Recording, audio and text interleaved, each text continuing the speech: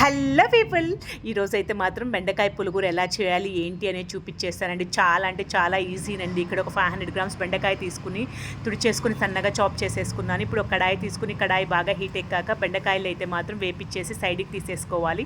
ఇప్పుడు సేమ్ కడాయిలోకి అయితే మాత్రం ఒక 2 టేబుల్ స్పూన్ ఆఫ్ ఆయిల్ వేసి ఆయిల్ బాగా హీట్ ఎక్కాక దీంట్లోకి అయితే మాత్రం పచ్చిమిర్చి, అలాగే ఒక ఆనియన్, 2 టమోటోస్ అయితే మాత్రం సన్నగా చాప్ చేసి అయితే వేసేసుకోండి. టమోటోస్ మగ్గడానికి అయితే మాత్రం ఉప్పు, పసుపు, అలాగే ఒక 5 వెల్లుల్లి రెబ్బలు కూడా వేసేసి ఒక 5 మినిట్స్ మంచిగా మగ్గనిచ్చుకోండి. తర్వాత దీంట్లోకి అయితే మాత్రం మనం ముందుగా వేపించుకున్న బెండకాయలు అయితే మాత్రం వేసేసి, అలాగే దీంట్లో కొంచెం చింతపండు కూడా యాడ్ చేసి ఒక 10 మినిట్స్ అయితే మాత్రం మగ్గనివ్వండి. తర్వాత దీంట్లోకి అయితే మాత్రం ఒక గ్లాస్ ఆఫ్ వాటర్ అయితే యాడ్ చేసేసుకుని ఒక 15 మినిట్స్ అండి లో ఫ్లేమ్లో అయితే మాత్రం కుక్ చేసుకోవాలి. ఇది కుక్ అయిన తర్వాత లాస్ట్గా అయితే మాత్రం దీన్ని అయితే పప్పు గుత్తితో అయితే మాత్రం వెనిపేసుకుంటే సరిపోతుందండి. లాస్ట్లో అయితే మాత్రం దీన్ని అయితే మంచిగా పోపు పెట్టేసుకుంటే యమ్మీ యమ్మీ బెండకాయ పులిహోర కానీ ఆర్ బెండకాయ బజ్జీ అయితే రెడీ.